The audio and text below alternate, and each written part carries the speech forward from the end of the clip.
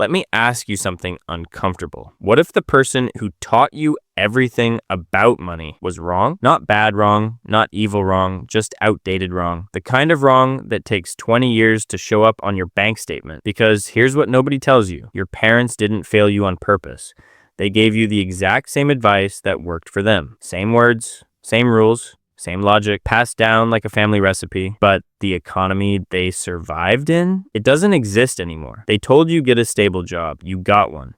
They told you save your money, you saved it. They told you buy a house, avoid debt, don't talk about money at the dinner table. You followed every single rule. So why does it feel like you're still running in place? That's not a personal failure, that's a system failure. And the system changed quietly, without announcement, while the advice stayed exactly the same. This video is not about blaming your parents. Like, they did their best with what they knew. This is about the gap between what you were taught and what actually builds wealth today.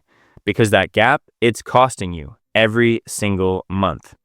And by the end of this, you're going to see exactly where the money went. To understand why the advice broke down, you need to go back. Your parents grew up in a different financial era. And I don't mean slightly different. I mean fundamentally different. The kind of different that changes every single rule of the game.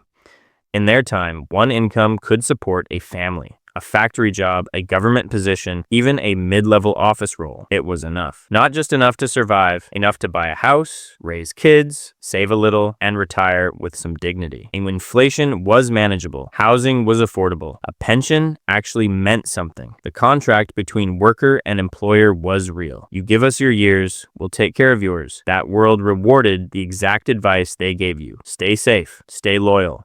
Save what you can, don't rock the boat. But somewhere between their generation and yours, the contract broke. Wages stopped keeping up with costs. Pensions disappeared. House prices detached from reality. And the same stable job that built their life now barely covers your rent. And here's the part that stings. Nobody updated the rule book. The advice kept circulating, parent to child, generation to generation, while the ground underneath it completely shifted. So when you follow their rules and still feel behind, that's not weakness. That's what happens when old maps get used in new territory. So let's talk about the specific advice, the actual lines you heard growing up, because it wasn't random. It was a package, a complete financial worldview passed down in small doses, at the dinner table, in passing conversations, in the way money was never really discussed, but always felt. And each piece of it made perfect sense. In 1985, first one, get a stable job and keep it. Your parents watched people get fired during recessions. They saw what instability looked like up close. So security wasn't just practical advice, it was survival instinct. And it worked.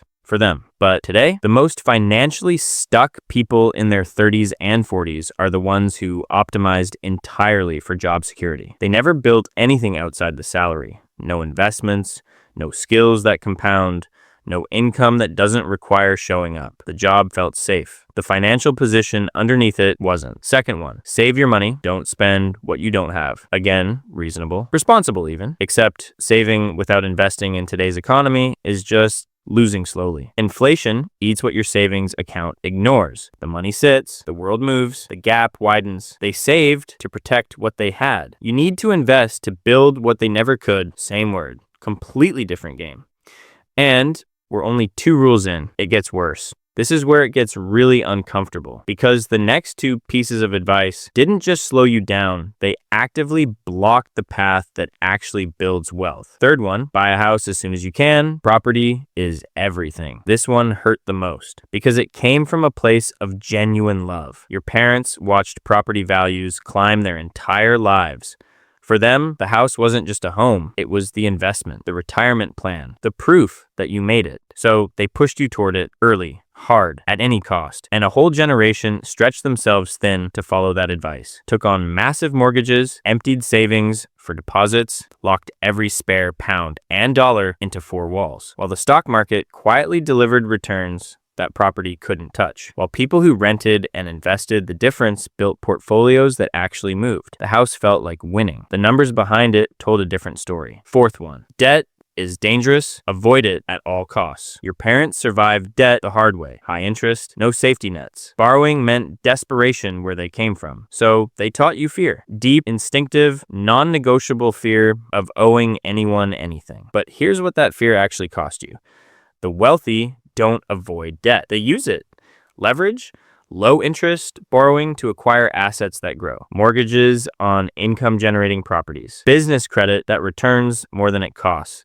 Fear of all debt kept you away from the bad kind and the good kind too.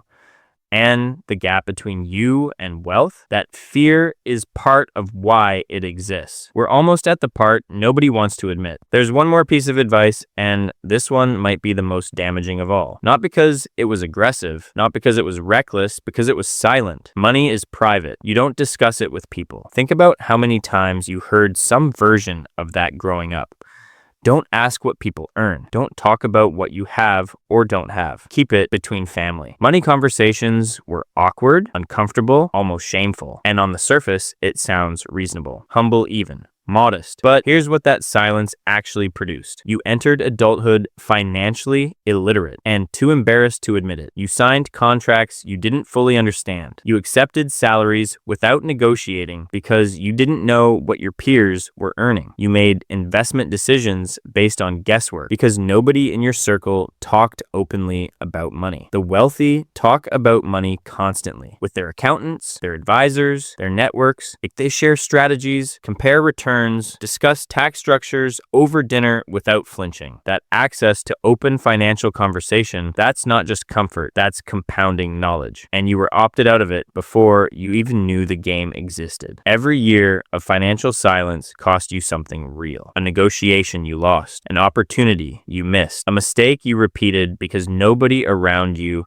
had made it openly enough for you to learn from it. Yet the silence wasn't protection. It was isolation, dressed up as dignity. And now you're sitting with the bill. So let's stop here for a second, because if you've made it this far, something in this hit close to home. Maybe it was the job security trap. Maybe it was the house obsession. Maybe it was growing up in a house where money was never once spoken about openly. Whatever it was, I need you to hear this clearly. This is not your fault. You were handed a map. You followed it faithfully. You did everything right by the rules you were given. The problem was never your discipline or your effort or your intention. The problem was the map was drawn for a different country. And the moment you understand that, really understand it, something shifts, because you stop asking, what's wrong with me? And start asking, what's wrong with the advice?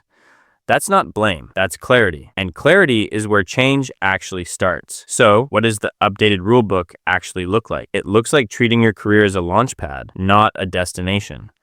Building income streams that don't all depend on one employer deciding to keep you. It looks like understanding the difference between debt that costs you and debt that builds you, and using the second kind without shame. It looks like investing early, consistently, even in small amounts, because time in the market is the one advantage you can't buy back later. It looks like talking about money, openly, honestly, with people who are further ahead than you, not because it's comfortable, because the silence already cost you enough. Let's talk about the real number, not a feeling, not a theory, an actual cost.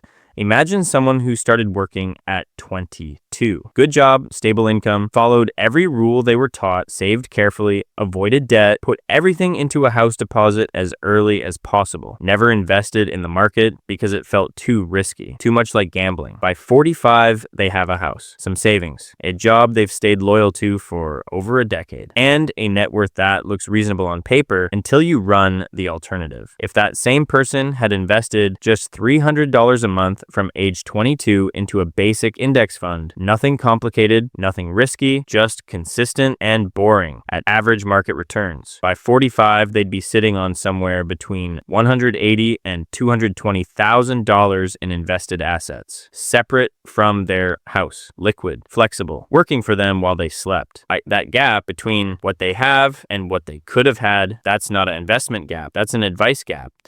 And the painful part, the people who love them most created it, unknowingly, completely, with the best intentions in the world. Your parents gave you their best. That's real, and that matters. but their best was built for their world, and you are living in a different one. The regret isn't that you listened to them. The regret is waiting any longer to unlearn it, because the second best time to start is right now, today, with whatever you have. The map was wrong, but you're still walking. And now, at least, you know where you actually are.